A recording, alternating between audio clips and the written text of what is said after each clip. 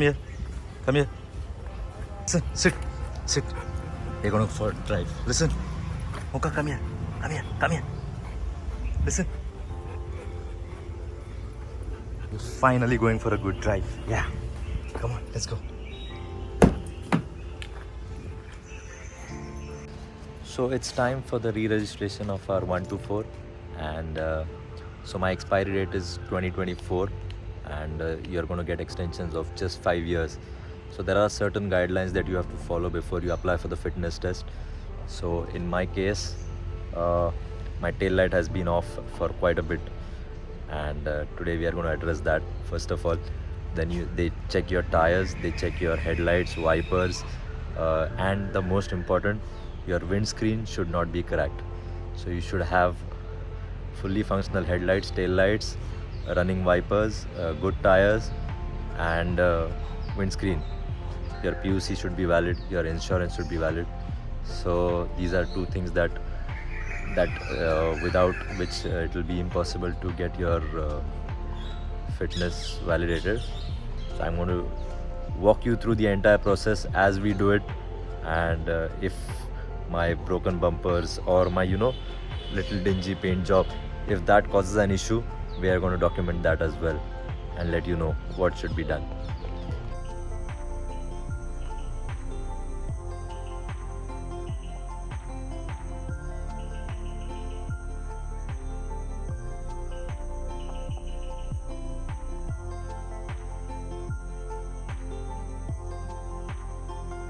It's early in the morning, but I'm super excited today because my days of filling distilled water into the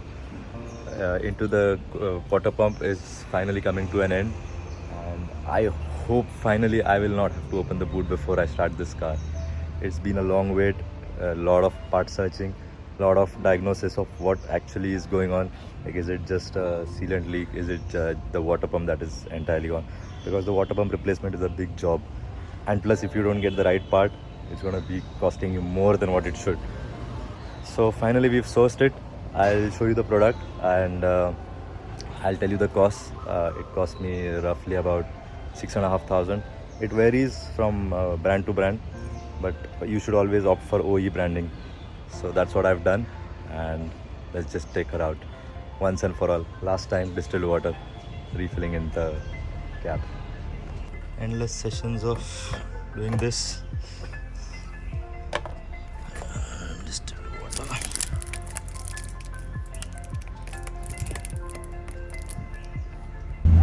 We are on our way to get this RPM issue sorted as well, while we are going to get the water pump done. But the interior has taken its toll because of the rainy season, and because Mocha has just ruined the window mechanism on the rear. So there's so much condensation every time I get in. Like, if you see the windows, they do have a lot of condensation still, although I wiped it completely. So I hope that this summer I get an entire interior refresh and it's back to its original condition. I'm amazed by this car's ability to just glide every time. So right now it's got a failed water pump. It is driving so smooth, every gear is so smooth. Like, of course it's bad for the engine not having coolant, and it is showing few signs, like the engine temperature gauge is now on the higher side than normal, than the center position. But it will never be in a stationary position, this car. Like, it will never leave you roadside, it never leave you stranded. Like, that is the thing I like about this car. I have had one issue, that is the fuel pump. The car was in driving condition. The only thing was it was leaking fuel, and this is the second time it's having a major maintenance issue that has come up. But this is in a span of 3 years.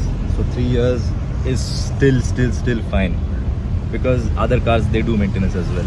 Just because this one is exotic, you tend to keep your eyes on it way too much.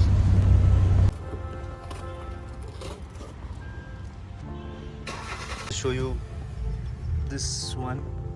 From what I know, is the original corroded one.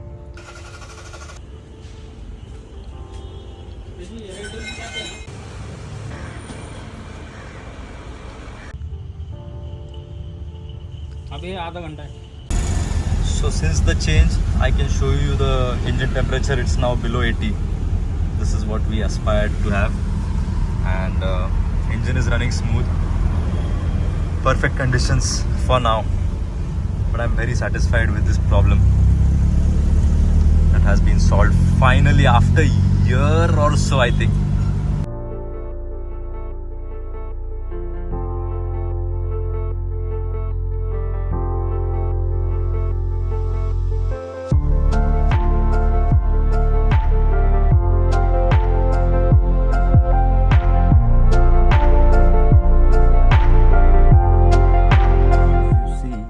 This brake lever is in its original position, but the clutch has been depressed.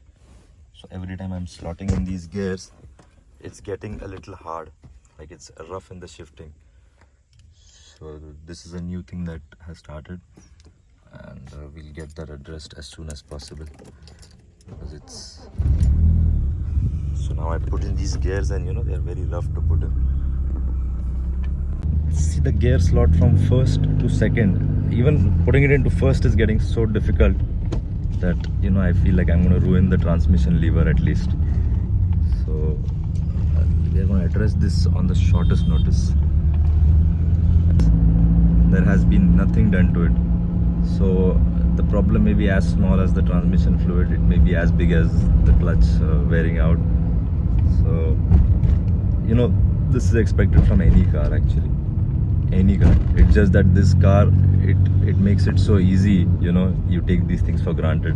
Like it's engineered to that level where, you know, where when something breaks down, you are surprised by it. It's like that.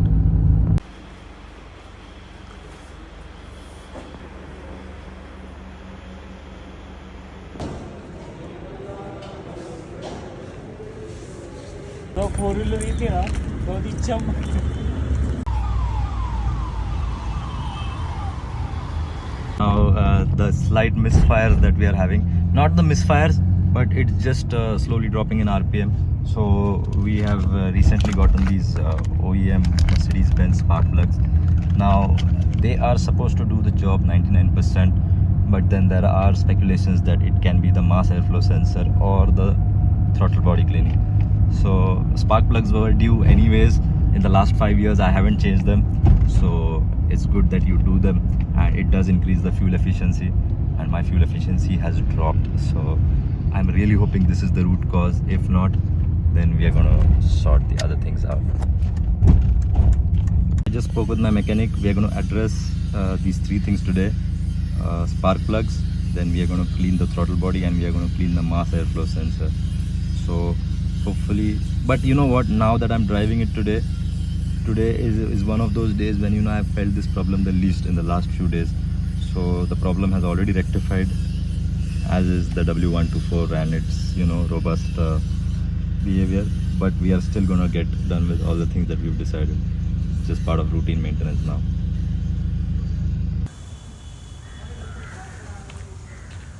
See, this is what peace really looks like. Hey bro, what's up? Yo. अरे भाई बारिश होने वाली है, तेरा क्या चल रहा है?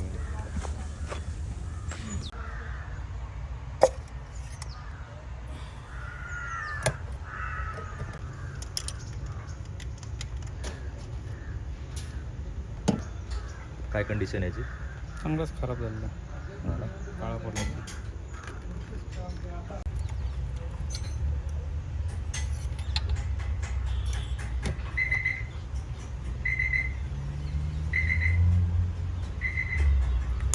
These are Bosch parts, but there's lots of carbon built up. So it was kind of obvious at this point. I had not changed it for the last 4 years, but you should do it. The only thing is my car was not much in use, so I had the liberty to wait as long as possible.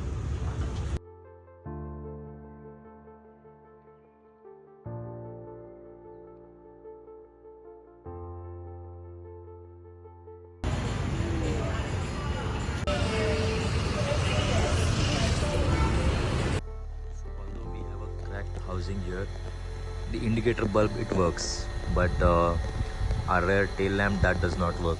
So what we are going to do is we are going to access this panel. Now just do twist this, release, and we have the bulb here, and we are simply going to twist it and remove it out.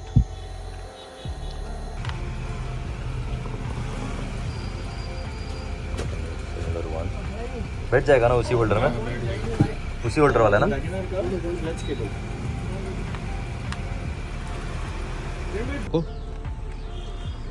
So again I got the new bulb. So this one is obviously not of original quality. Simply just tap this thing, get the bulbs out. It's as simple as that. So these are just press and rotate kind of a situation. So we're going to do that quickly. Pre-applied the new bulb. This is the tail light bulb, and the housing goes in like this. As simple as that. Quick lock. I've collected my key which I left inside. I walk in with my key. Ignition on. Lights on to position 1. And moment of truth. We have it.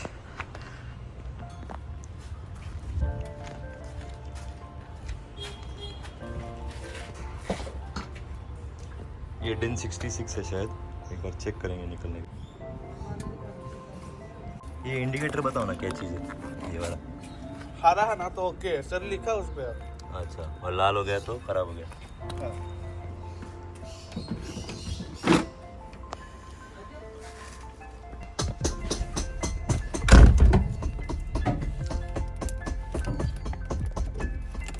He's just hammering away.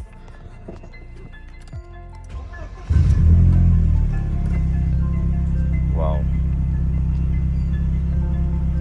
Now we are going to focus on these two warning lights. Final piece of the puzzle. आज की video में इतना ही. अगले video में stay tuned where we get the car completed and ready for registration.